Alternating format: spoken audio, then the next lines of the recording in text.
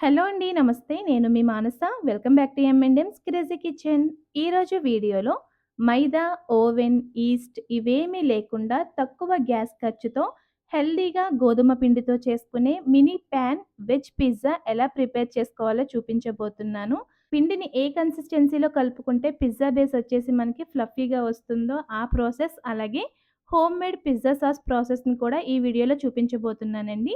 Late చేయకుండా వీడియోలోకి వెళ్ళిపోదాం. వీడియోనైతే ఎక్కడ స్కిప్ చేయకుండా ఎండ్ వరకు చూసేయండి. అలాగే మన ఛానల్‌ని ఫస్ట్ టైమ్ చూస్తున్నట్లయితే ప్లీజ్ ఛానల్‌ని సబ్స్క్రైబ్ చేసుకొని మమ్మల్ని మరింత సపోర్ట్ చేయండి. ఫస్ట్ అయితే పిజ్జా బేస్ కోసం ఒక మిక్సింగ్ బౌల్‌లో 1 కప్పు వరకు గోధుమ పిండిని తలకొట్టి తీసుకోండి. ఎక్స్‌ట్రా తీసుకోవద్దు, అణిచిపెట్టి తీసుకోవద్దు.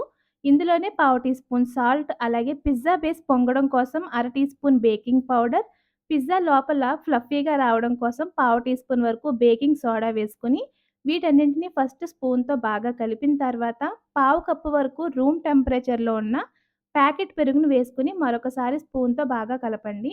ఇప్పుడు చేత్తో పిండిని, పెరుగుని బాగా కలిపిన తర్వాత ఇందులో పావు కప్పు వరకు కాచి చల్లార్చి రూమ్ టెంపరేచర్‌లో ఉంచిన పాలని కొద్ది కొద్దిగా వేసుకుంటూ పిండంతటిని కలపాలి. ఇప్పుడు ఇందులో ఒక టీ స్పూన్ వరకు ఫ్లేవర్‌లెస్ ఆయిల్ లేదంటే కరిగించి పెట్టుకున్న బటర్‌నైనా వేసుకొని కలుపుకోవాలి. మొత్తం పిండంతటిని కూడా మరీ గట్టిగా కాకుండా, మరీ లూజ్‌గాని కాకుండా కాస్త స్టిక్కీగా ఉండేట్టు కలుపుకోవాలి. చూసారు కదా! ఈ విధంగా కాస్త స్టిక్కీగా కలుపుకోండి. ఇలా కలపడం వల్ల మనకి ఎయిర్ బాగా ఫార్మ్ అయ్యి పిజ్జా బేస్ చేసిన తర్వాత పొంగుతుంది.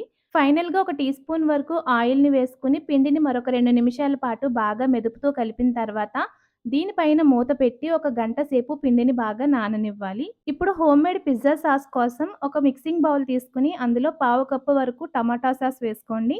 ఇందులోనే ఒక టీ స్పూన్ వరకు గ్రీన్ చిల్లీ సాస్ అయినా వేసుకోవచ్చు, రెడ్ చిల్లీ సాస్ అయినా వేసుకోవచ్చు.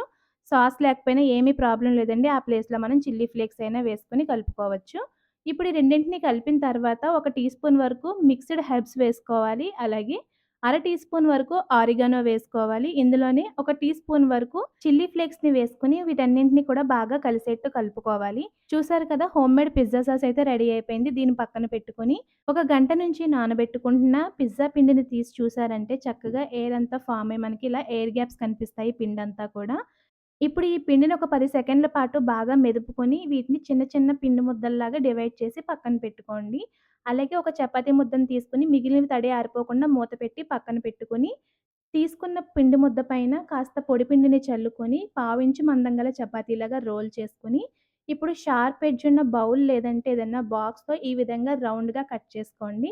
ఇప్పుడు ఇలా కట్ చేసి పెట్టుకున్న పిజ్జా బేస్ పైన ఫోర్క్‌తో వీడియోలో చూపిస్తున్నట్లు హోల్స్‌నైతే పెట్టుకొని వీటిని పక్కన పెట్టండి. ఇలాగే మిగిలిన పిజ్జా బేస్‌ని కూడా రెడీ చేసుకున్న తర్వాత స్టవ్ మీద ఒక నాన్ స్టిక్ ప్యాన్ పెట్టుకొని దానిపైన మనం రెడీ చేసి పెట్టుకున్న పిజ్జా బేస్‌లని అరేంజ్ చేసుకొని, 2 వైపులా కూడా ఒక్కొక్క నిమిషం పాటు రోస్ట్ చేసుకోవాలండి. ఈ విధంగా కాస్త రంగు మారిన తర్వాత పిజ్జా బేస్‌లను బయటికి తీసి, మనం రెడీ చేసి పెట్టుకున్న పిజ్జా సాస్‌నైతే ఈవెన్‌గా అన్ని వైపులా కూడా స్ప్రెడ్ చేసుకున్న తర్వాత, వీటిపైన చీజ్‌ని వీడియోలో చూపిస్తున్నట్లు కాస్త తురుముకొని ఒక్కొక్క లేయర్ కింద వేసుకోవాలి. ఇప్పుడు వీటిపైన చిన్న చిన్న పీసెస్‌లా కట్ చేసి పెట్టుకున్న ఉల్లిపాయ ముక్కలు, టమాటా ముక్కలు, క్యాప్సికమ్ ముక్కలు, అలాగే తురుముకున్న కొద్దిగా క్యారెట్‌ని వేసుకోవాలి. మీ దగ్గర ఉంటే మీరు చిన్న పీసెస్‌లా కట్ చేసుకొని మష్రూమ్ కూడా వేసుకోవచ్చండి. బ్లాక్ ఆలివ్స్‌ని వేసుకోవాలి. ఇవి మనకి సూపర్ మార్కెట్స్‌లో, ఆన్‌లైన్‌లో ఎక్కడైనా దొరుకుతాయి. వీటితో పాటుగా గ్రీన్ ఆలివ్స్ కూడా ఉంటాయండి. మొత్తం అన్నీ అరేంజ్ చేసుకున్న తర్వాత ఇప్పుడు వీటిపైన చీజ్‌ని తురుముకొని వేసుకోవాలి. కాస్త ఎక్కువే పడుతుందండి పైన వేసేటప్పుడు మాత్రం చీజు. సో, కొంచెం ఎక్కువే వేసుకొని, ఈ పిజ్జాలన్నీ కూడా ప్యాన్‌లో పెట్టుకొని పైన మూత పెట్టి మంటని లో ఫ్లేమ్‌లో ఉంచి చీజ్ సగం మెల్ట్ అయ్యేంత వరకు ఉంచి, ఆ తర్వాత మూత తీసి వాటిపైన కాస్త చిల్లీ ఫ్లేక్స్‌ని స్ప్రింకిల్ చేసుకొని మళ్ళీ మూత పెట్టి లో ఫ్లేమ్‌లోనే చీజ్ మొత్తం కంప్లీట్‌గా మెల్ట్ అయ్యేంత వరకు కూడా కుక్ చేసుకోవాలి. ఇప్పుడు ఫైనల్‌గా ఇలా కుక్ అయిన తర్వాత వీటిని బయటికి తీసి వేడి వేడిగా సర్వ్ చేసుకున్నారంటే అసలు చాలా చాలా టేస్టీగా ఉంటాయండి. చూసారు కదండీ! హెల్తీగా తక్కువ గ్యాస్ ఖర్చుతో మినీ పాన్ వెజ్ పిజ్జా ఎలా ప్రిపేర్ చేసుకోవాలో. సో, లేట్ చేయకుండా మీరు కూడా ఈ సింపుల్ పిజ్జాని ట్రై చేసి మీకు ఈ రెసిపీ ఎలా వచ్చిందో మాకు కామెంట్స్‌లో షేర్ చేయండి.